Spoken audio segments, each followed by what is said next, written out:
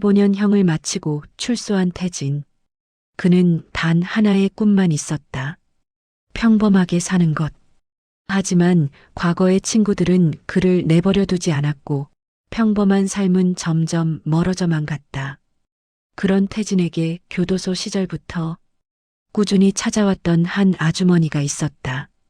도시락을 싸주고 따뜻한 말을 건네던 그 사람. 하지만 태진은 몰랐다. 그 아주머니가 자신이 죽인 사람의 어머니라는 것을.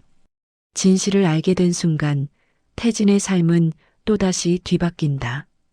용서와 복수 그리고 속죄 사이에서 방황하던 태진은 결국 선택해야만 했다. 과거를 지우고 살 것인가 아니면 과거와 맞서 싸울 것인가. 이것은 한 남자가 괴물에서 다시 사람이 되기까지의 이야기다. 이제 이야기 시작합니다. 이야기 시작 전 구독과 좋아요 꾹 눌러주세요. 영상 제작에 큰 힘이 됩니다. 어둠 속에서 철문이 열리는 소리가 울렸다. 새벽 공기가 차갑게 피부를 스쳤고 태진은 그 순간을 기억했다. 자신의 시간이 멈춘 그날을. 태진 33, 18살에 사람을 죽였다. 정확히 말하면 죽일 생각은 없었다. 그저 화가 났고 주먹이 나갔고 그 한 번의 충동이 한 사람의 숨을 멈추게 했다. 돌이킬 수 없는 순간이었다. 그날 이후 태진의 인생도 함께 멈췄다. 세상은 철창 너머로 밀려났고 시간은 그저 숫자로만 흘러갔다. 교도소 안에서 태진은 투명 인간이었다. 사람들은 그를 피했다. 과거의 사고뭉치였던 모습 때문이 아니었다. 오히려 그 반대였다. 태진은 싸우지 않았다. 누가 시비를 걸어도 고개를 숙였고 맞아도 참았다. 욕을 들어도 변명하지 않았다. 그런 태진을 보며 사람들은 불편해했다. 저항하지 않는 사람은 더 무섭다는 듯이. 하지만 그에게도 한 가지 변화가 있었다. 한 달에 한 번 꼭 찾아오는 사람이 있었던 것이다. 면회실 문이 열릴 때마다 태진은 알 수 있었다. 오늘도 그 아주머니가 왔다는 걸. 이름도 모르는 사람이었다. 누군지도 왜 오는지 묻지 않았다. 다만 아주머니는 항상 도시락 하나를 가져왔고 따뜻한 말 한마디를 건넸다. 밥은 잘 먹고 지내니? 목소리는 떨렸다. 눈가는 붉었다. 태진은 고개를 숙이며 대답했다. 네, 고맙습니다. 그게 전부였다. 아주머니는 더 묻지 않았고 태진도 더 말하지 않았다. 다만 돌아설 때마다 아주머니는 태진을 한 번 더 바라봤다. 그 시선 속에는 설명할 수 없는 감정들이 뒤섞여 있었다. 미움일까, 연민일까, 아니면 용서일까? 태진은 알 수 없었다. 면회가 끝나고 혼자 남겨진 방에서 태진은 벽을 바라봤다. 도시락을 열자 정성스럽게 담긴 반찬들이 눈에 들어왔다. 계란말이, 시금치나물, 김치. 평범한 것들이었지만 태진에게는 견딜 수 없을 만큼 무거웠다. 젓가락을 들었다가 놓았다. 다시 들었다가 또 놓았다. 왜 오는 걸까? 자신 같은 인간에게 왜 도시락을 싸오는 걸까? 태진은 이유를 알 수 없었지만 묻지 않았다. 묻는 순간 무너질 것 같았기 때문이다. 그저 감사하다는 말만 되풀이했다. 그게 태진이 할 수 있는 전부였으니. 밤이 되면 태진은 천장을 바라보며 생각했다. 자신이 빼앗은 것들에 대해. 그 사람의 미래, 그 사람을 기다렸을 누군가의 시간, 다시는 돌아오지 않을 웃음소리. 태진은 눈을 감고 어둠 속에서 그날의 장면이 선명하게 떠올랐다. 주먹을 휘두르던 순간 상대방이 쓰러지던 모습, 그리고 멈춰버린 심장 소리. 죽일 생각은 없었는데. 혼잣말이 새어나왔다. 하지만 그게 무슨 의미가 있을까? 의도가 없었다고 해서 결과가 바뀌는 건 아니었다. 사람은 죽었고 태진은 살인자가 됐다. 그게 현실이었다. 시간은 느리게 흘렀다. 하루하루가 똑같았고 계절만 바뀌었다. 교도소 안에서 태진은 규칙을 지켰고 문제를 일으키지 않았다. 모범수라는 말을 들었지만 그건 중요하지 않았다. 태진은 그저 버텼다. 하루를, 한 달을, 1년을. 버티는 것만이 유일한 속죄라고 믿었기 때문이다. 그러던 어느 날 아주머니가 또 찾아왔다. 이번에는 조금 달랐다. 얼굴이 더 수척해 보였고 손이 더 떨렸다. 태진은 불안했다. 아주머니가 아프기라도 한 걸까? 하지만 역시 묻지 않았다. 요즘 날씨가 추워졌더라. 몸은 괜찮니? 네. 걱정 마세요. 아주머니는 고개를 끄덕였다. 그리고 한참을 태진을 바라봤다. 말하고 싶은 게 있는 것 같았지만 결국 입을 열지 않았다. 다만 일어서며 한마디만 남겼다. 조금만 더 견뎌. 시간은 지나가니까. 태진은 고개를 숙였다. 아주머니가 떠난 뒤 그 말이 머릿속을 맴돌았다. 시간은 지나간다. 정말 그럴까? 태진에게 시간은 흐르는 게 아니라 쌓이는 것 같았다. 무거운 돌처럼 가슴 위에. 밤이 깊어졌다. 태진은 창밖을 바라봤다. 철창 너머로 별이 보였다. 어릴 적에는 별을 보며 소원을 빌곤 했다. 하지만 이제는 아무것도 바라지 않았다. 소원을 빌 자격이 없다고 생각했기 때문이다. 다만 한 가지만은 간절했다. 언젠가 이 무게에서 벗어날 수 있을까? 언젠가 용서받을 수 있을까? 하지만 태진은 알고 있었다. 용서는 자신이 구할 수 있는 게 아니라는 걸, 누군가 베풀어주는 것도 아니라는 걸, 그저 평생을 짊어지고 가야 할 짐이라는 걸. 면회실에서 돌아온 날 밤, 태진은 도시락을 천천히 먹었다. 한 숟가락 한 숟가락. 목이 메었지만 삼켰다. 이게 태진이 할 수 있는 유일한 답례였다. 아주머니가 싸온 밥을 남기지 않는 것. 그리고 태진은 몰랐다. 그 시선이, 그 도시락이, 그 떨리는 목소리가 자신의 인생을 다시 뒤흔들 복선이 될 줄은. 진실은 아직 수면 아래 가라앉아 있었고 태진은 그저 하루를 견디고 있었다. 철문 너머의 세상은 멀었다. 하지만 언젠가는 나가야 했다. 그때 태진은 무엇을 마주하게 될까? 그 질문에 대한 답은 아직 시간 속에 숨어 있었다. 15년이 흘렀다. 태진은 다시 세상 밖으로 나왔다. 출소 당일 햇빛이 눈부셨다. 너무 밝아서 눈을 뜨기 힘들 정도였다. 15년 동안 보지 못했던 빛이었다. 태진은 손으로 눈을 가리며 천천히 걸었지만 발걸음이 어색했다. 자유롭게 걷는다는 게 이렇게 낯선 일인지 몰랐다. 거리는 변해 있었다. 건물도 사람들도 차들도 모두 달랐다. 태진은 그 속에서 이방인처럼 서 있었다. 세상은 계속 흘러갔지만 자신만 멈춰 있었던 것 같았다. 주머니 속 얼마 안 되는 돈을 만지작거리며 태진은 생각했다. 이제 어떻게 살아야 할까? 꿈은 단 하나였다. 평범하게 사는 것. 그저 아침에 일어나 일하고 밥 먹고 잠드는 것. 다른 사람들에게는 당연한 일상이 태진에게는 간절한 소망이었다. 첫 번째 일은 막노동이었다. 건설 현장에서 자재를 나르는 일이었는데 힘들었지만 태진은 불평하지 않았다. 땀을 흘리며 일하는 게 좋았다. 몸이 고된 만큼 생각할 시간이 줄어들었기 때문이다. 하지만 일주일 만에 그만둬야 했다. 현장 소장이 태진의 신원을 확인하고는 얼굴을 굳히며 말했다. 미안한데 우리 현장에는 맞지 않는 것 같아. 이유는 말하지 않았지만 태진은 알고 있었다. 정가자. 그 세 글자가 따라다녔다. 두 번째는 편의점 야간 아르바이트였다. 사람들이 없는 시간대라 괜찮을 거라 생각했다. 실제로 처음 며칠은 조용했다. 물건을 정리하고 바닥을 닦고 손님을 응대하는 일. 단순했지만 태진에게는 소중한 시간이었다.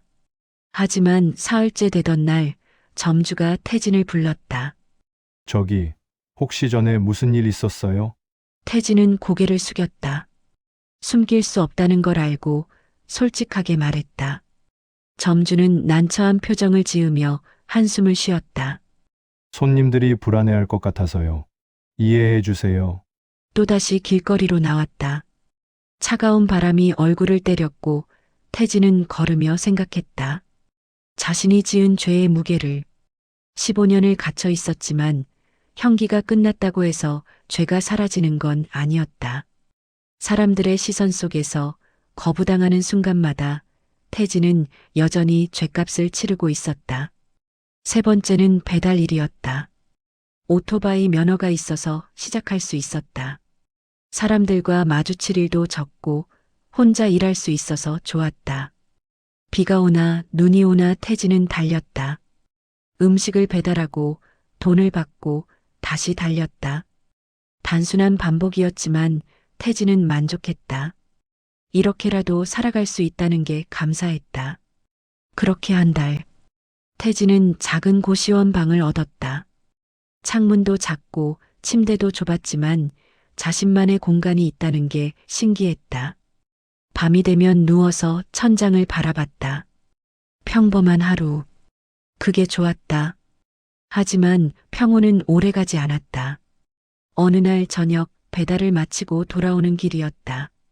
골목 어귀에 낯익은 차들이 서 있었다.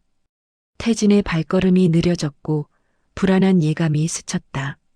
그때 차에서 남자들이 내렸다. 야, 태진이 맞지? 목소리가 들렸다. 태진은 그 목소리를 알고 있었다. 철문이었다. 어릴 적 함께 사고를 치고 다니던 친구였다. 하지만 지금은 달랐다.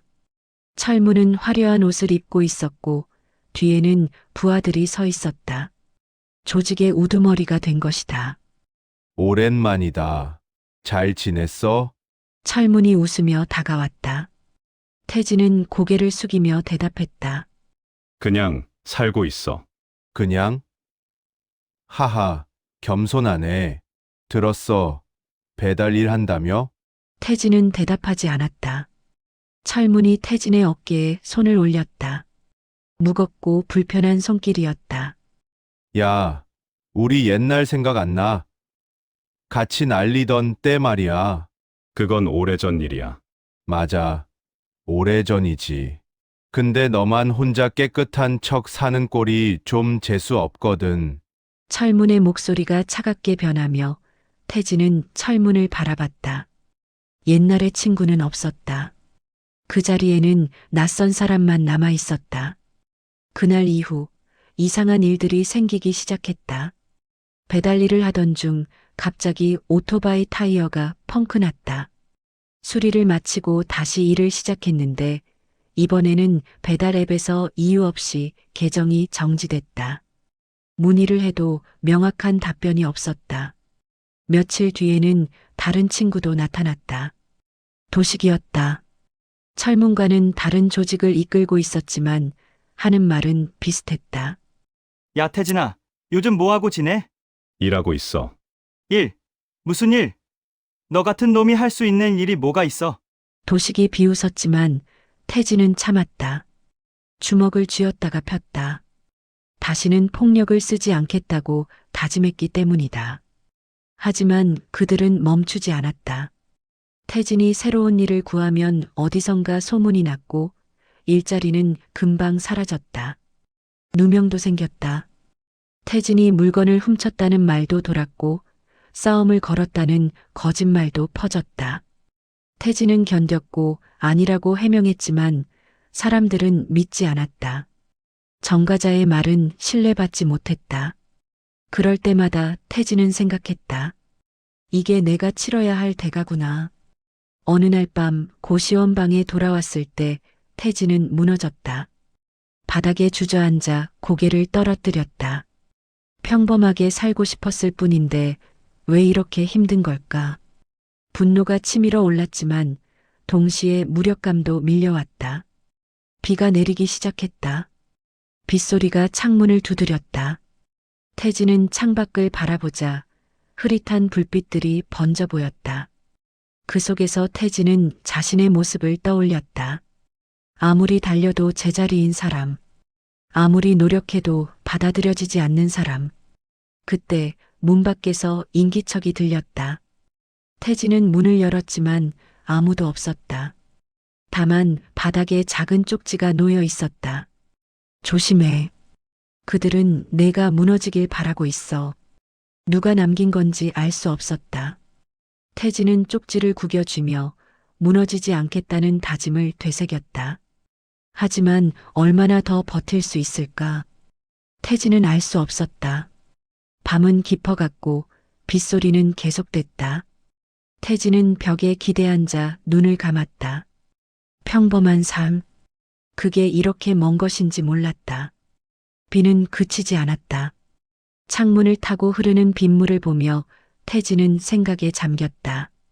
분노는 있었다. 가슴속 깊은 곳에서 뜨겁게 타오르고 있었지만 태진은 참았다.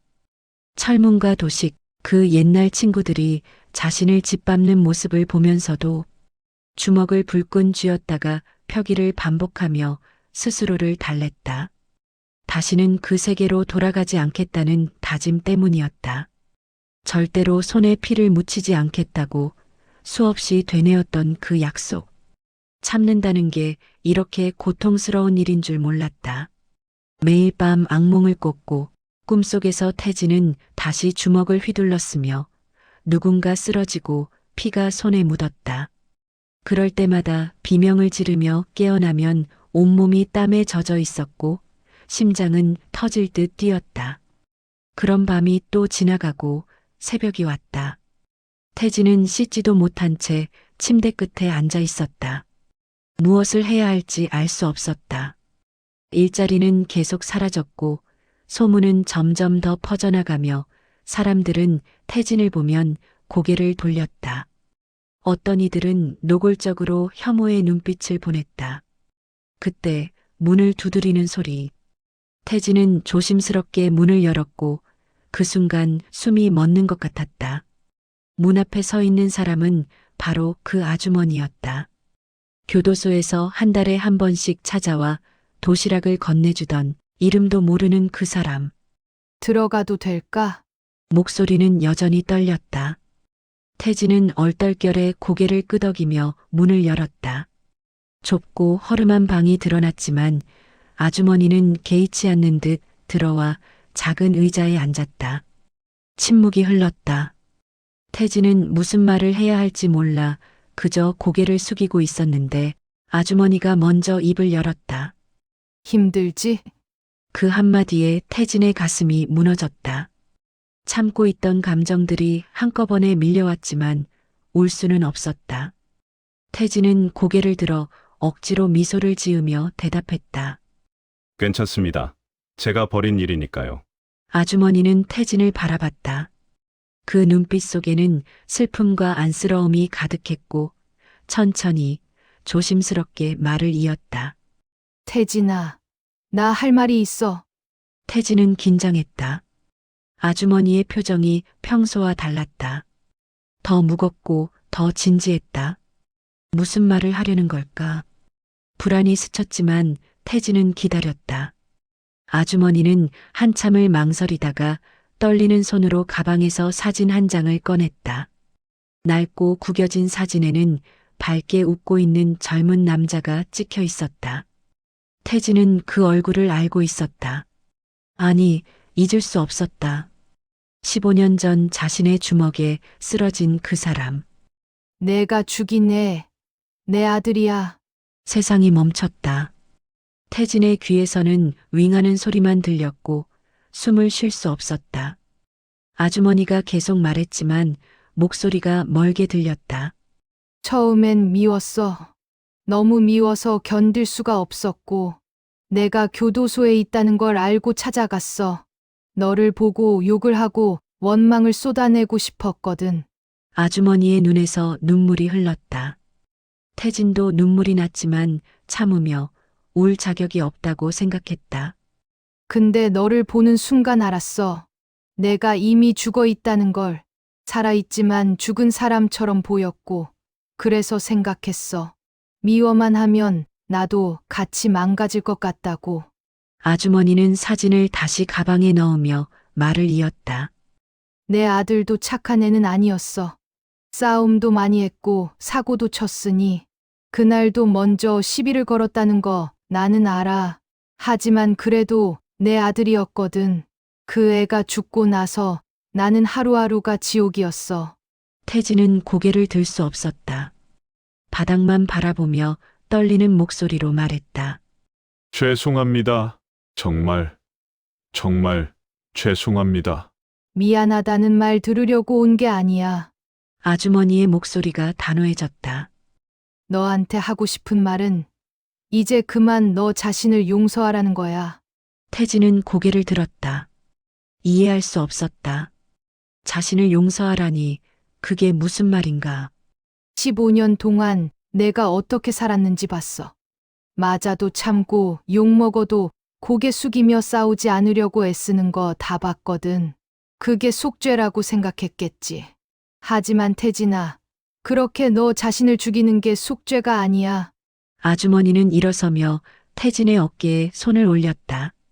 제대로 살아. 당당하게 살아. 그게 진짜 속죄야. 내 아들의 목까지 살아주는 거. 알겠니? 태진은 대답할 수 없었다. 목이 메었다. 아주머니는 문을 향해 걸어가다가 돌아서며 마지막으로 말했다. 힘들면 언제든 연락해. 이제 너 혼자가 아니야. 문이 닫혔다. 태진은 그 자리에 무너져 내렸다. 참았던 눈물이 쏟아지며 소리내어 울었다. 15년 동안 참았던 모든 감정들이 터져나왔다. 왜 이렇게 자신에게 잘해주는 걸까? 이해할 수 없었다. 자신은 그 사람의 아들을 죽인 살인자인데 어떻게 이렇게 따뜻할 수 있을까? 그 너그러움이 오히려 더 고통스러웠다. 한참을 울고 나서 태진은 창밖을 바라봤다. 비는 여전히 내리고 있었지만 조금 약해진 것 같았고 하늘도 조금씩 밝아지고 있었다. 그날 밤 태진은 깨달았다. 속죄는 도망이 아니라는 걸, 자신을 학대하는 것도 아니라는 걸, 끝까지 버티고 제대로 살아내는 것이 진짜 속죄라는 걸. 태진은 거울 앞에 섰다. 초라하고 지친 자신의 모습이 보였지만 이제는 달라져야 했다. 아주머니의 말처럼 당당하게 살아야 했다. 다시 시작하자. 혼잣말이 새어나왔다. 태진은 주먹을 쥐었다. 이번에는 싸우기 위해서가 아니라 다짐하기 위해서였다. 무너지지 않겠다고, 끝까지 살아내겠다고. 밤은 깊어갔지만 태진의 마음속에는 작은 빛이 생겼다. 희망이라고 부르기엔 너무 작았지만 그래도 빛은 빛이었다. 비는 그쳤고 새벽이 왔다. 태진은 창문을 열자 차갑고 깨끗한 공기가 방 안으로 들어오며 태진은 깊게 숨을 들이마셨다. 이제 어떻게 살아야 할까?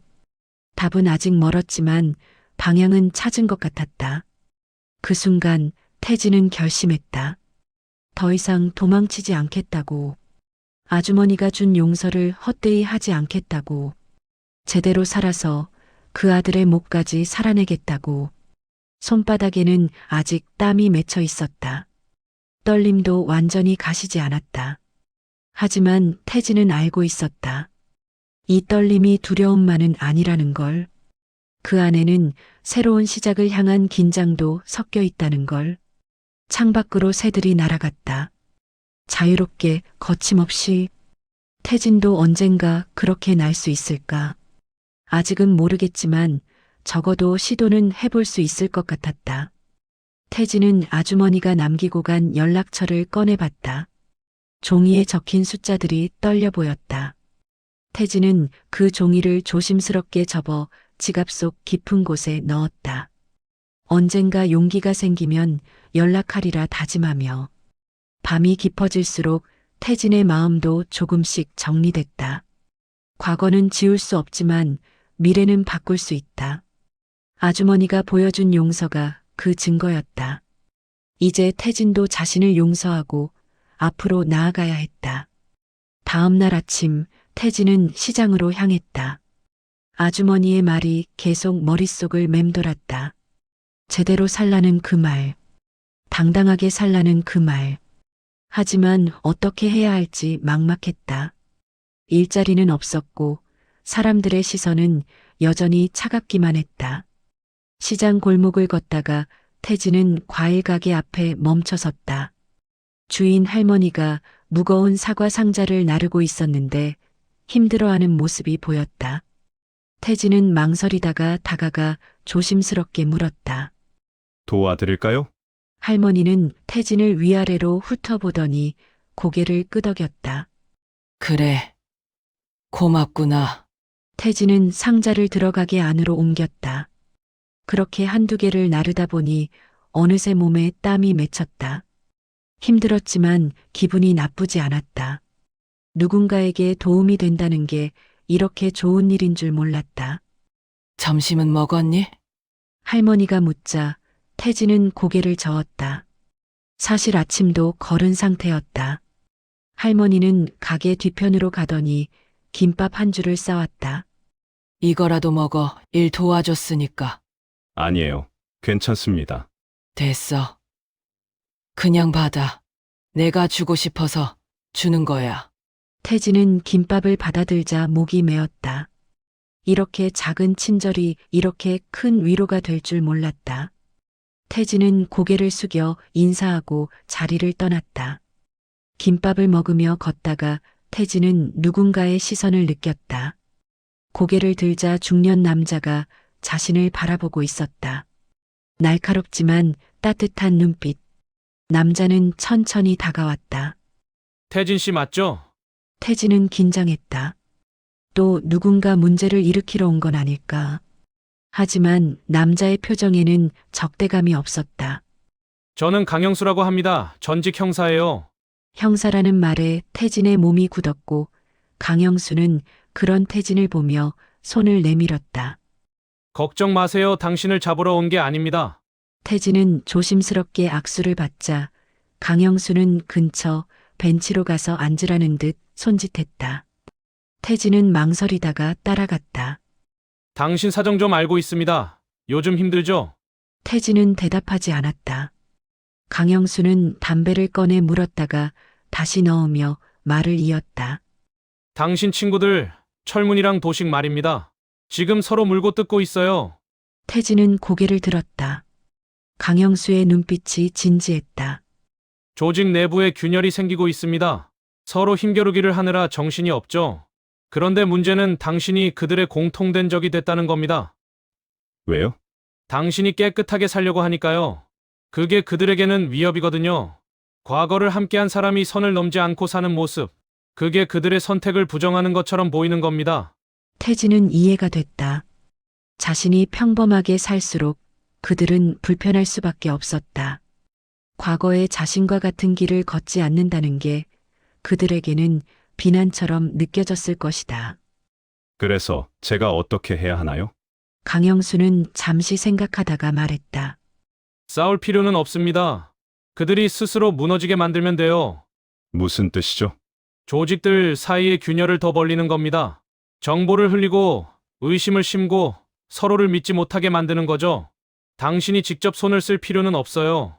그저 적절한 정보를 적절한 사람에게 전달하기만 하면 됩니다. 태진은 고개를 저었다. 그것도 결국 복수 아닙니까?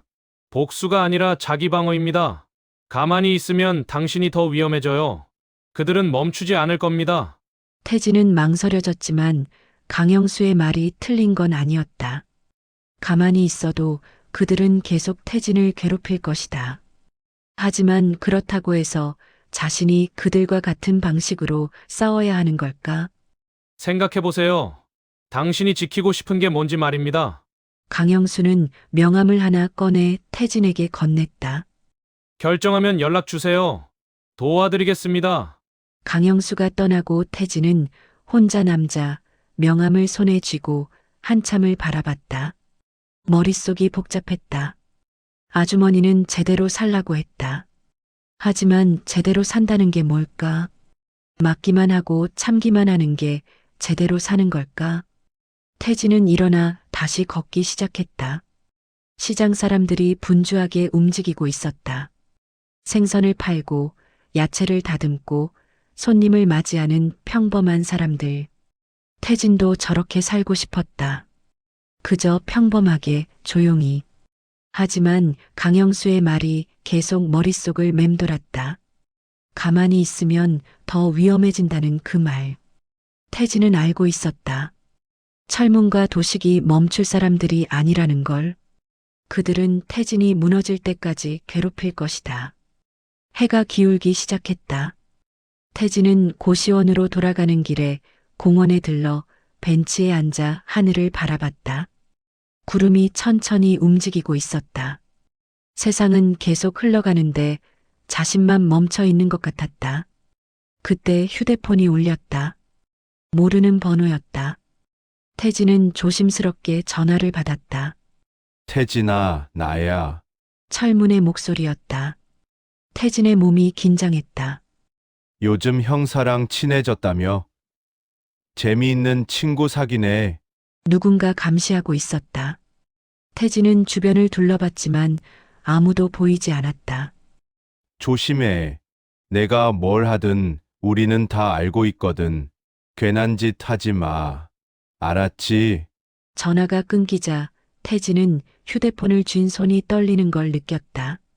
두려움이 밀려왔지만 동시에 분노도 치밀었다.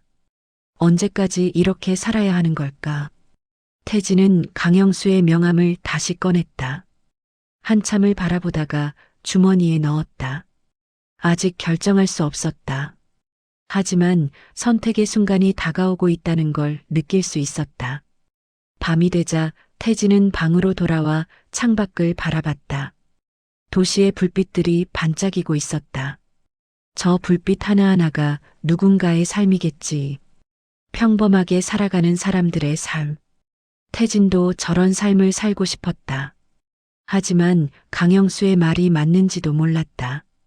가만히 있으면 더 위험해진다는 그 말. 태진은 결정을 내려야 했다. 계속 참고 견딜 것인지 아니면 다른 방법을 찾을 것인지. 태진은 침대에 누워 눈을 감았다. 아주머니의 얼굴이 떠올랐다. 제대로 살라던 그 말이 귓가에 맴돌았다. 하지만 제대로 산다는 게 정확히 뭘 의미하는지 태진은 아직 알 수 없었다. 그날 밤 태진은 오랜만에 악몽을 꾸지 않았다. 대신 꿈속에서 길을 걷고 있었다. 갈림길이 나왔고 태진은 어느 쪽으로 가야 할지 고민했다. 한쪽은 밝았고 한쪽은 어두웠다. 하지만 어느 쪽이 옳은 길인지 알 수 없었다. 태진은 그 갈림길에서 멈춰섰고 그리고 깨어났다. 새벽이었다. 태진은 천천히 일어나 창문을 열었다. 차가운 공기가 얼굴을 스쳤다. 피 흘리는 건 이제 끝내고 싶은데. 혼잣말이 새어나왔고 태진은 주먹을 쥐었다가 폈다. 어떤 선택을 하든 더 이상 폭력은 쓰고 싶지 않았다. 하지만 그게 가능할까? 태진은 알 수 없었다. 해가 떠올랐고 새로운 하루가 시작됐다. 태진은 아직 답을 찾지 못했지만 계속 걸어가기로 했다. 언젠가는 답을 찾을 수 있을 거라 믿으며. 일주일이 지났다. 태진은 여전히 결정을 내리지 못한 채 하루하루를 보내고 있었다. 강영수의 명함은 지갑 속 깊은 곳에 넣어뒀지만 그 존재는 계속 마음을 무겁게 했다. 선택의 기로에 서 있다는 게 이렇게 괴로운 일인 줄 몰랐다. 그날도 태진은 시장에 나갔다. 과일 가게 할머니를 도우며 소소한 일상을 이어가고 있었다. 상자를 나르고 과일을 정리하고 손님을 맞이하는 일. 단순했지만 태진에게는 의미 있는 시간이었다. 점심때쯤 낯익은 목소리가 들렸다. 태진아, 고개를 돌리자 아주머니가 서 있었고 손에는 여전히 도시락이 들려 있었다. 태진은 반갑게 인사하며 다가갔다. 어떻게 여기까지 오셨어요? 내가 여기서 일한다는 소문 들었어. 밥이나 같이 먹을까 싶어서. 둘은 시장 한쪽 벤치에 앉아 아주머니가 도시락을 열자 김이 모락모락 피어올랐다. 따뜻한 밥과 정성스럽게 만든 반찬들이 눈에 들어왔다. 요즘은 좀 나아졌니? 네. 덕분에 버티고 있습니다. 아주머니는 태진을 바라보며 미소 지었지만 그 미소 뒤로 피곤함이 느껴졌다. 얼굴이 더 수척해진 것 같았고 손도 더 떨렸다. 아주머니, 혹시 어디 아프세요? 아니야, 괜찮아. 그냥 나이 들어서 그래.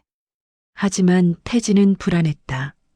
아주머니의 목소리에도 힘이 없었고 걸음걸이도 예전만 못했다. 뭔가 잘못됐다는 느낌이 들었지만 더 이상 묻지 못했다. 함께 밥을 먹으며 아주머니는 소소한 이야기들을 들려줬다. 집 근처 공원에 꽃이 피었다는 것, 이웃집 고양이가 새끼를 낳았다는 것. 평범한 일상 이야기였지만 태진에게는 소중했다. 이런 대화가 자신에게도 가능하다는 게 신기했다. 태진아, 힘든 일 있으면 언제든 말해. 알았지? 네, 고맙습니다. 아주머니가 떠난 뒤 태진은 다시 일을 시작했다. 하지만 마음 한편이 계속 불안했다.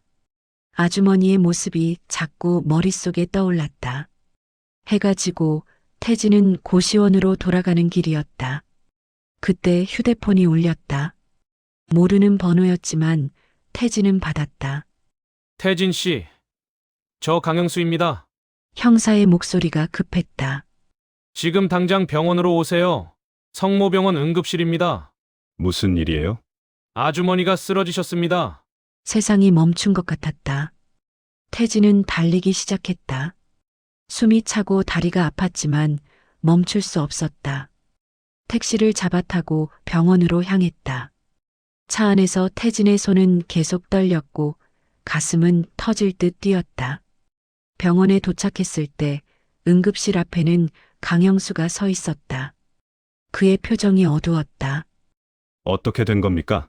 조직에서 보낸 사람들이 아주머니 집을 찾아갔습니다. 당신을 찾으러 온 거죠. 아주머니가 말리다가 밀쳐지면서 머리를 부딪혔고 태진의 몸에서 힘이 빠졌다. 벽에 기대서지 않으면 쓰러질 것 같았다. 지금 수술 중입니다. 상태가 좋지 않습니다. 태진은 응급실 문을 바라봤는데 빨간 불이 켜져 있었다. 수술 중이라는 표시. 그 불빛이 태진의 눈에 타들어가는 것 같았다. 시간이 얼마나 흘렀을까. 수술실 문이 열렸고 의사가 나왔다. 태진은 벌떡 일어났다. 보호자분이세요? 네. 거짓말이었지만 의사는 더 묻지 않았다. 최선을 다했지만 이미 늦었습니다. 뇌출혈이 심해서 더 이상 손 쓸 수가 없었습니다. 태진의 귀에서 윙하는 소리가 들렸다. 의사의 말이 계속됐지만 아무것도 들리지 않았다. 다리가 풀려 주저앉을 뻔했지만 간신히 버텼다. 마지막으로 뵐 수 있습니다. 태진은 비틀거리며 병실로 들어가자 침대에 아주머니가 누워 있었다. 온갖 기계들이 연결돼 있었고 규칙적인 소리가 울렸다. 하지만 그 소리가 점점 느려지고 있었다.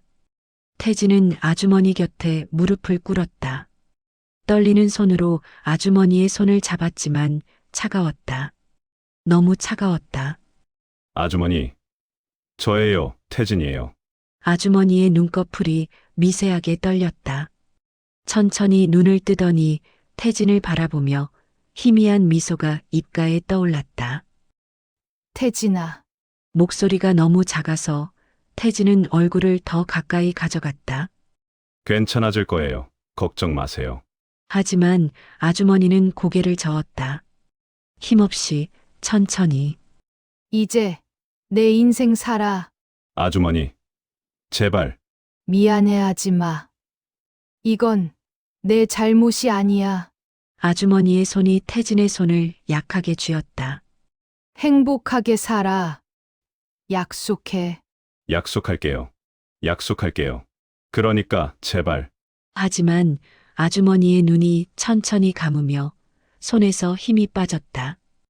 기계에서 나던 규칙적인 소리가 하나의 긴 소리로 바뀌었다. 아주머니! 태진은 소리쳤지만 대답이 없었다. 의료진이 급히 들어왔지만 그들도 고개를 저었다. 모든 게 끝났다. 태진은 아주머니의 손을 붙잡고 있었다. 놓을 수 없었다. 놓으면 정말로 끝나는 것 같았다. 눈물이 쏟아졌고 소리내어 울었다. 15년 전 자신이 죽인 사람의 어머니가 자신을 용서해준 그 사람이 이제 자신 때문에 죽었다. 강영수가 태진의 어깨에 손을 올렸다. 태진 씨, 일어나세요. 하지만 태진은 움직일 수 없었다. 온몸에서 힘이 빠졌고 세상이 무너지는 것 같았다. 이건 당신 잘못이 아닙니다. 제 잘못이에요. 제가 평범하게 살려고 했기 때문에. 아닙니다. 잘못은 그들이 한 겁니다. 강영수의 목소리가 단호했다. 그들이 선을 넘었습니다. 넘지 말았어야 할 선을요. 태진은 고개를 들며 눈물로 범벅이 된 얼굴로 강영수를 바라봤다. 그 순간 태진의 눈빛이 변했다. 슬픔이 분노로 바뀌고 분노가 결의로 굳어졌다.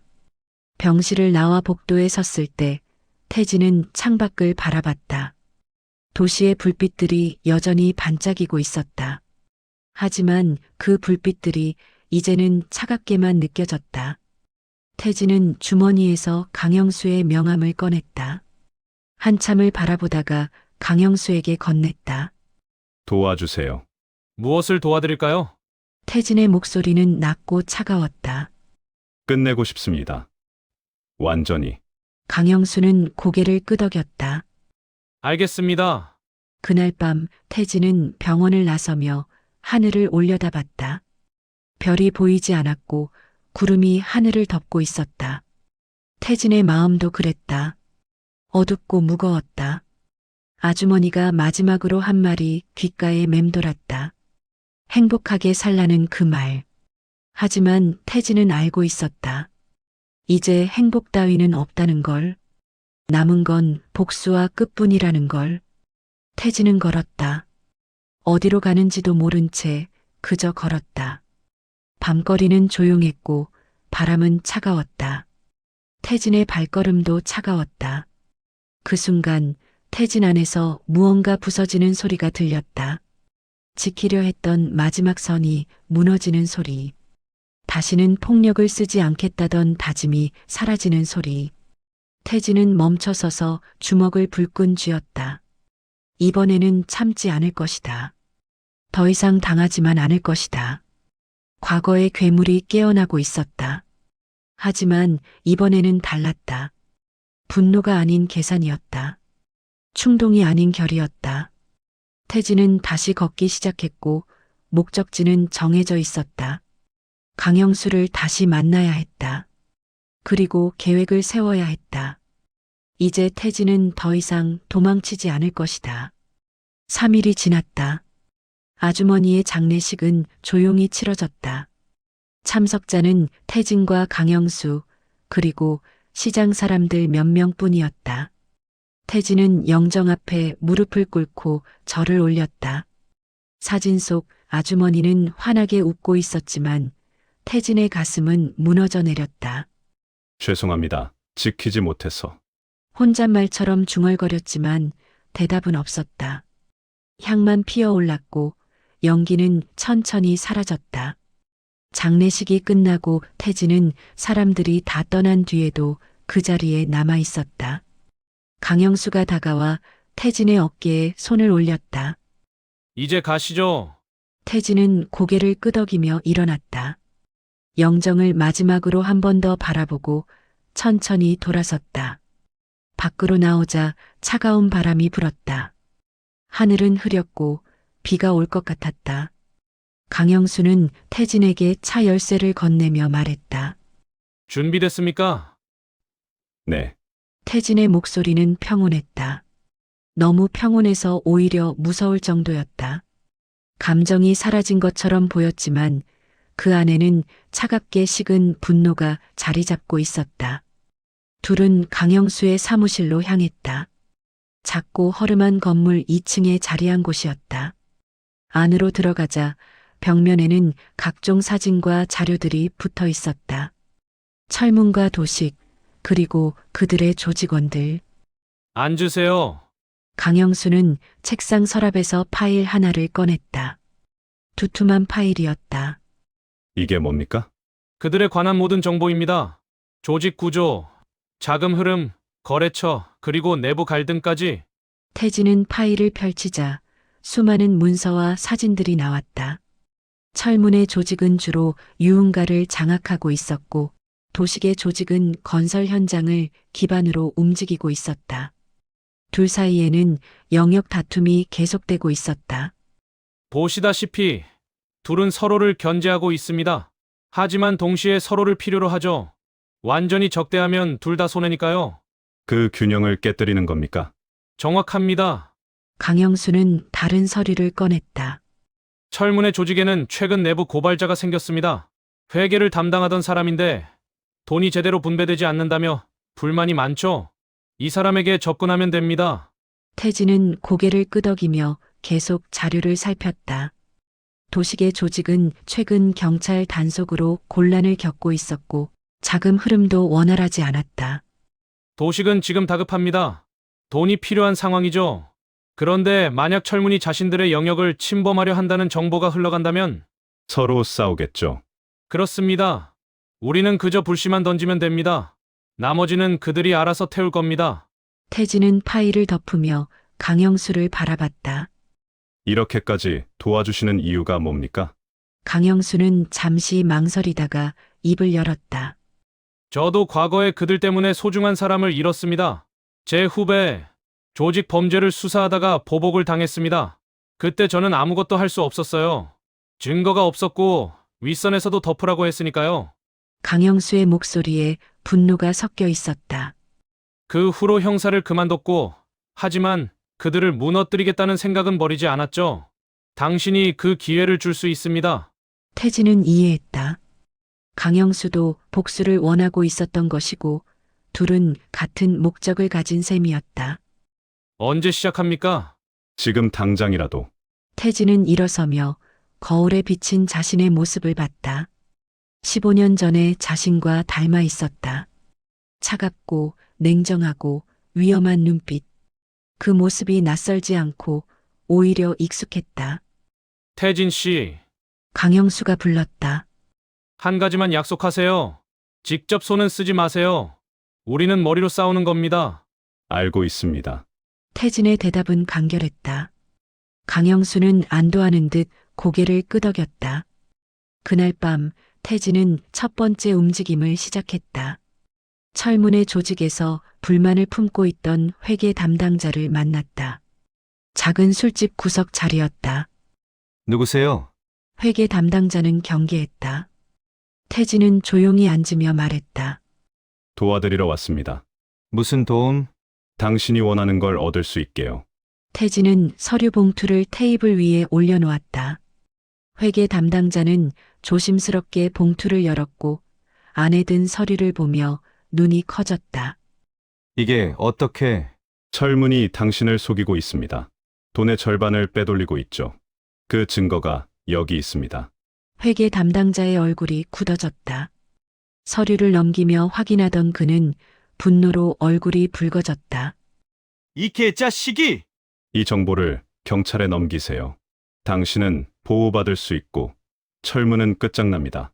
하지만 나도 위험해지는 거 아닙니까? 증인 보호 프로그램이 있습니다. 제가 연결해 드릴 수 있어요. 회계 담당자는 고민했다. 하지만 오래 걸리지 않았다. 배신당했다는 분노가 두려움보다 컸기 때문이다. 좋습니다. 하죠. 태진은 미소를 지었다. 차갑고 날카로운 미소였다. 며칠 뒤 도식에게도 정보가 흘러갔다. 철문이 자신들의 영역을 침범하려 한다는 거짓 정보였다. 강영수가 조직 내부의 협력자를 통해 흘린 것이었다. 도식은 분노했다. 당장 철문에게 사람을 보냈고 양측은 충돌했다. 작은 싸움이었지만 그것으로 충분했다. 불신이 생겼고 균열이 시작됐다. 태진은 그 모습을 멀리서 지켜봤다. 감정은 없었고 그저 계획대로 진행되고 있다는 사실만 확인했을 뿐이었다. 잘하고 있습니다. 강영수가 말했지만 태진은 대답하지 않았다. 그저 앞만 바라봤다. 일주일이 지나자 상황은 더욱 악화됐다. 철문의 조직에서는 경찰 조사가 시작됐고 도식의 조직은 자금난에 시달렸다. 둘은 서로를 의심하기 시작했고 내부에서도 분열이 일어났다. 태진은 여전히 움직이지 않았다. 그저 정보를 흘리고 의심을 심고 균열을 벌렸다. 직접 손을 쓸 필요가 없었기에 그들이 스스로 무너지고 있었으니까. 어느 날 밤 태진은 창밖을 바라보며 생각했다. 자신이 괴물이 됐다는 걸. 하지만 후회는 없었다. 아주머니의 죽음 앞에서 더 이상 선한 사람으로 남을 수 없었다. 미안합니다. 아주머니. 혼잣말이 새어나왔다. 태진은 눈을 감았다. 아주머니가 원했던 삶은 이게 아니었을 것이다. 하지만 태진은 멈출 수 없었다. 분노가 아닌 계산, 충동이 아닌 결의. 이번에는 끝을 볼 것이다, 완전히. 태진은 다시 눈을 뜨며 거울에 비친 자신의 모습을 봤다. 차갑고 냉정한 눈빛. 과거의 괴물이 돌아온 것이다. 하지만 이번에는 달랐다. 목적이 있었고 방향이 있었다. 이번엔 끝까지 갑니다. 태진의 목소리는 낮고 단호했다. 되돌릴 수 없는 선을 넘었다는 걸 알고 있었다. 하지만 상관없었다. 이미 잃을 건 다 잃었으니까. 밤은 깊어갔고 도시는 잠들었다. 하지만 태진은 깨어 있었다. 그리고 계획을 세웠다. 마지막 한 수까지. 2주가 흘렀다. 태진의 계획은 완벽하게 진행되고 있었다. 철문과 도식의 조직은 서로를 물어뜯으며 무너지고 있었고 경찰의 수사망도 점점 좁혀지고 있었다. 이제 마지막 수만 남았다. 강영수의 사무실에서 태진은 최종 계획을 검토했다. 벽에 붙은 사진들을 보며 하나하나 확인했다. 모든 조각이 제자리에 있었다. 내일이면 끝납니다. 강영수가 말했다. 태진은 고개를 끄덕였다. 철문과 도식이 직접 만난다는 정보가 확실합니까? 확실합니다. 서로의 오해를 풀겠다며 만나기로 했어요. 물론 둘 다 상대를 죽일 생각이겠지만요. 태진은 창밖을 바라보자 해가 지고 있었다. 붉은 노을이 하늘을 물들이고 있었는데 마치 피처럼 보였다. 경찰은 준비됐습니까? 네, 현장을 급습할 겁니다. 우리가 제공한 정보로 영장도 받았어요. 모든 게 계획대로였다. 태진은 마지막으로 파일을 덮으며 일어섰다. 가보죠. 다음 날 밤 약속 장소는 폐공장이었다. 외곽에 위치한 버려진 공장으로 사람의 발길이 끊긴 지 오래였다. 태진과 강영수는 멀리서 그 광경을 지켜보고 있었다. 철문이 먼저 도착했고 검은 차 3대가 들어왔고 부하들이 주변을 둘러쌌다. 긴장한 표정들이었다. 철문은 차에서 내려 공장 안으로 들어갔다. 잠시 뒤 도식도 나타났고 역시 부하들을 대동하고 왔다. 둘의 무리가 공장 안에서 마주쳤다. 오랜만이네, 도시가. 철문이 먼저 말을 걸었다. 목소리는 차갑고 날카로웠다. 오래 기다렸나? 그래, 오래 기다렸지. 내가 뒤통수 칠 줄은 몰랐거든.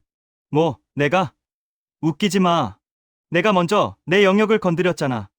둘의 목소리가 점점 높아졌다. 부하들도 긴장하며 허리춤에 손을 가져갔다. 폭발 직전의 상황이었다. 태진은 그 광경을 지켜보며 휴대폰을 꺼냈다. 강영수에게 눈빛으로 신호를 보냈고 강영수는 고개를 끄덕이며 경찰에 연락했다. 지금 출동하세요. 공장 안에서는 싸움이 시작됐다. 철문과 도식이 서로에게 달려들었고 부하들도 뒤섞여 난투극이 벌어졌다. 비명과 욕설이 뒤섞였고 주먹과 발이 날아다녔다. 그때 경찰 사이렌 소리가 울렸다. 철문과 도식은 동시에 멈춰섰다. 주변을 둘러보니 경찰차들이 공장을 포위하고 있었다. 확성기에서 목소리가 울려 퍼졌다. 경찰이다. 모두 손을 들고 나와라. 철문의 얼굴이 창백해졌고 도식도 마찬가지였다. 둘은 서로를 바라봤고 그 순간 깨달았다. 누군가 자신들을 함정에 빠뜨렸다는 것을. 태진, 철문이 이를 갈며 중얼거렸다. 도식도 주먹을 불끈 쥐었다. 그 새끼가 우릴. 하지만 이미 늦었다. 경찰들이 공장 안으로 진입했고 무장한 특공대가 하나둘씩 조직원들을 제압했다. 저항하는 이들도 있었지만 금방 진압됐다. 철문과 도식도 결국 수갑을 차고 끌려갔다. 철문은 끌려가면서도 주변을 둘러봤다. 어딘가에 태진이 있을 거라고 확신했다. 태진, 내가 어디 있는지 알아! 나와! 하지만 대답은 없었다. 철문은 경찰차에 실려갔고 도식도 마찬가지였다. 공장은 순식간에 텅 비었다. 태진은 멀리서 그 광경을 지켜봤다. 감정은 없었다. 그저 끝났다는 사실만 확인했을 뿐이었다. 끝났습니다. 강영수가 말했다. 태진은 고개를 끄덕였다. 아직 하나 남았습니다. 태진은 걷기 시작하자 강영수가 뒤따랐다. 둘은 경찰서 근처까지 갔고 멀리서 철문이 조사실로 들어가는 모습을 봤다. 며칠 뒤 철문은 유치장에서 면회를 받았다. 변호사가 오는 줄 알았는데 문이 열리자 태진이 들어왔다. 철문의 눈이 커졌다. 분노가 치밀어 올랐지만 유리창 너머라 손을 쓸 수 없었다. 그저 이를 갈며 태진을 노려볼 뿐이었다. 너! 태진은 조용히 앉았다. 철문을 바라보는 눈빛은 차갑고 냉정했다. 왜 왔어? 비웃으러 왔나? 아니, 태진은 고개를 저었다. 작별 인사하러 왔어. 작별 인사. 웃기지 마. 너도 같은 인간이잖아. 우리랑 다를 게 뭐가 있어? 맞아. 태진은 인정했다. 나도 너희랑 똑같아. 괴물이지. 하지만 한 가지 다른 게 있어. 뭔데? 나는 지킬 게 있었어. 철문은 비웃었다. 지킬 거. 그게 뭔데? 그 아줌마. 죽었잖아. 태진의 눈빛이 흔들렸다. 하지만 금방 다시 차갑게 굳어졌다. 그래. 죽었어. 너희 때문에. 그래서 여기 있는 거야. 철문은 유리창을 주먹으로 쳤다. 태진, 살려줘. 제발. 우린 친구였잖아. 태진은 철문을 바라봤다. 그 눈빛에는 아무 감정도 없었다. 그때 나도 그 말했어. 태진은 일어섰다. 돌아서며 마지막으로 말했다. 잘 살아. 철문아. 오래오래. 철문의 비명이 뒤에서 들렸지만 태진은 돌아보지 않았다. 그저 걸어 나왔다. 밖으로 나오자 경찰 사이렌이 또 울렸다. 다른 조직원들이 연행되는 모습이 보였다. 도식도 마찬가지였고 모두가 무너졌다. 강영수가 태진에게 다가왔다. 이제 정말 끝났습니다. 태진은 고개를 끄덕였지만 기쁘지 않았다. 승리감도 없었다. 그저 공허함만 느껴졌다. 이제 뭘 하실 겁니까? 강영수의 질문에 태진은 대답하지 못했다. 무엇을 해야 할지 알 수 없었다. 복수는 끝났지만 그 이유가 보이지 않았다. 시간을 두세요. 천천히 찾아가면 됩니다. 강영수는 태진의 어깨를 두드리며 떠났다. 태진은 혼자 남아 하늘을 올려다보니 저녁 노을이 지고 있었다. 붉은 하늘이 점점 어두워지며 밤이 오고 있었다. 태진은 그 모습을 보며 생각했다. 자신의 밤도 이제 끝나는 걸까? 집으로 돌아가는 길, 태진은 시장을 지나쳤다. 과일 가게 할머니가 문을 닫고 있었다. 태진을 보자 손을 흔들었다. 태진아, 어디 갔었니? 요즘 안 보이더라.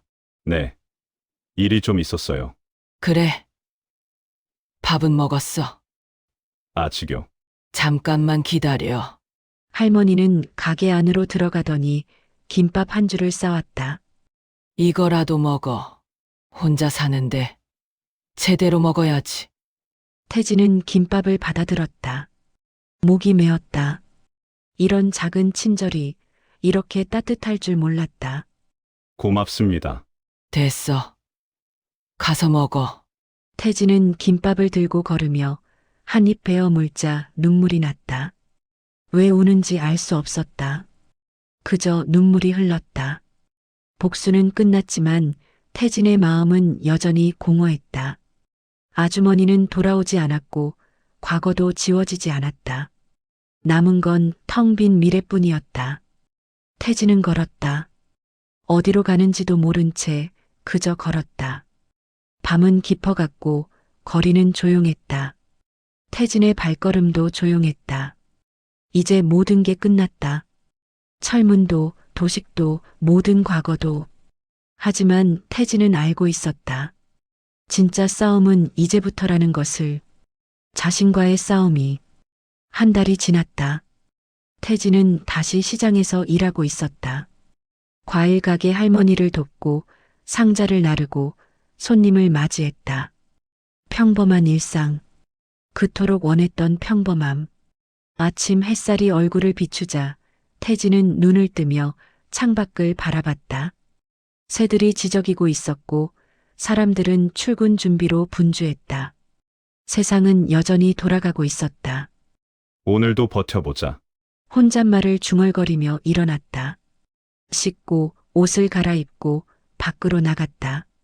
시장으로 가는 길은 이제 익숙했다. 매일 걷는 길이었지만 오늘따라 다르게 느껴졌다. 시장에 도착하자 할머니가 반갑게 맞아줬다. 일찍 왔네. 밥은 먹었어? 네. 먹고 왔어요. 거짓말이었다. 아침을 걸은 채 나왔지만 걱정시키고 싶지 않았다. 할머니는 의심스러운 눈초리로 태진을 보더니 가게 안으로 들어갔다. 잠시 뒤 삶은 계란 2개를 가져와 태진의 손에 쥐어줬다. 먹으면서 일에 배고프면 힘 안 나거든. 태진은 계란을 받아들며 고개를 숙였다. 이런 작은 친절이 여전히 낯설고 고마웠다. 감사합니다. 됐어. 빨리 먹어. 일을 하며 태진은 생각했다. 복수가 끝난 지 한 달. 철문과 도식은 감옥에 있고 조직은 와해됐으며 더 이상 자신을 괴롭히는 사람도 없었다. 모든 게 끝났다. 하지만 마음은 여전히 공허했다. 아주머니가 자주 떠올랐다. 그 따뜻한 미소와 떨리는 목소리. 마지막으로 했던 말들. 행복하게 살라던 그 당부. 태진은 그 약속을 지키려 애쓰고 있었지만 쉽지 않았다. 점심때쯤 강영수가 시장에 나타났다. 태진을 보자 손을 흔들며 다가왔다. 잘 지내시죠? 네. 덕분에요. 둘은 시장 구석 벤치에 앉았다. 강영수는 가방에서 서류 봉투를 꺼냈다. 이거 받으세요. 뭡니까? 아주머니가 남기신 겁니다. 유언장이에요. 태진의 손이 떨렸다. 조심스럽게 봉투를 열자 손편지 한 장이 나왔다. 아주머니의 필체였다. 태진아, 이 편지를 읽고 있다면 나는 이미 떠났겠지. 미안해. 더 오래 곁에 있어주지 못해서. 하지만 후회는 없어. 너를 만나서, 너의 변화를 보면서 나도 조금씩 치유될 수 있었거든. 눈물이 흘렀지만 태진은 글을 읽으며 주먹을 불끈 쥐었다. 내가 평범하게 살길 바라. 행복하게 살길 바라. 내 아들의 목까지 살아달라고 부탁했었지. 아직도 그 마음은 변함없어. 하지만 한 가지 더 부탁할게. 너 자신을 용서해. 과거는 바꿀 수 없지만 미래는 내가 만들어갈 수 있어. 그러니까 제발 행복해져라. 그게 나의 마지막 소원이야. 편지는 거기서 끝났다. 태진은 한참을 편지를 들여다보며 울었다. 소리내어 울지는 않았지만 눈물은 멈추지 않았다. 아주머니, 강영수는 조용히 기다려줬다. 태진이 진정될 때까지 아무 말 없이 곁에 있었다. 한참 뒤 태진은 눈물을 닦으며 고개를 들었다. 감사합니다. 전해주셔서. 아주머니는 정말 대단한 분이셨습니다. 자신의 아들을 죽인 사람을 용서한다는 게 쉬운 일이 아니거든요. 저도 알아요. 그래서 더 미안하고 더 고마운 거죠. 강영수는 일어서며 태진의 어깨를 두드렸다. 이제 정말로 새롭게 시작하세요. 과거는 과거로 두고요. 노력하겠습니다. 강영수가 떠나고 태진은 혼자 남아 편지를 다시 읽었다. 한 글자 한 글자가 가슴에 새겨지는 것 같았다. 오후가 되자 태진은 묘지로 향했다. 아주머니와 그 아들이 함께 묻힌 곳이었다. 꽃을 사들고 천천히 걸어가며 태진은 무슨 말을 해야 할지 고민했다. 묘 앞에 도착해 무릎을 꿇고 꽃을 놓고 절을 올렸다. 한참을 그렇게 있다가 입을 열었다. 왔습니다. 바람이 불었다. 나뭇잎이 흔들리며 속삭이는 것 같았다. 약속 지켰어요. 그 사람들, 이제 다 끝났습니다. 더 이상 아무도 괴롭히지 않을 거예요. 목소리가 떨렸다. 근데 아주머니, 저 아직도 잘 모르겠어요. 어떻게 사는 게 제대로 사는 건지, 어떻게 해야 행복해질 수 있는지. 대답은 없었다. 다만 바람만 계속 불었다. 그래도 노력할게요. 아주머니가 원하셨던 것처럼 평범하게, 당당하게 살아볼게요. 시간이 걸리더라도 천천히. 태진은 일어나 묘비를 쓰다듬었다. 차가운 돌의 감촉이 손끝에 전해졌다. 보고 싶어요. 정말 많이. 다시 한번 절을 올리고 돌아섰다. 발걸음을 옮기는데 뒤를 돌아보고 싶은 충동이 들었다. 하지만 참았다. 돌아보면 다시 주저앉을 것 같았다. 묘지를 나와 걷다 보니 어느새 시장 근처까지 왔다. 저녁 시간이라 사람들이 많았다. 장을 보는 사람들, 퇴근하는 사람들, 아이 손을 잡고 걷는 부모들. 평범한 일상이 거기 있었다. 태진은 그 모습을 보며 생각했다. 자신도 언젠가 저렇게 될 수 있을까? 평범하게, 자연스럽게 사람들 사이에 섞여 살아갈 수 있을까? 과일 가게로 돌아가자 할머니가 문을 닫고 있었다. 아이고, 태진아 어디 갔었어? 잠깐 볼 일이 있었어요. 그래. 내일 또 보자 일찍 와. 네. 그럴게요. 집으로 돌아가는 길, 태진은 편의점에 들렀다. 컵라면 하나와 우유 한 팩을 샀다. 계산을 하는데 점원이 태진을 물끄러미 바라봤다. 혹시 전에 여기서 일하셨던 분 아니세요? 태진은 긴장했다. 하지만 점원은 웃으며 말했다. 일 되게 잘하셨는데 왜 그만두셨어요? 사정이 좀 있었어요. 그렇구나. 잘 지내세요. 감사합니다. 작은 대화였지만 태진에게는 의미가 있었다.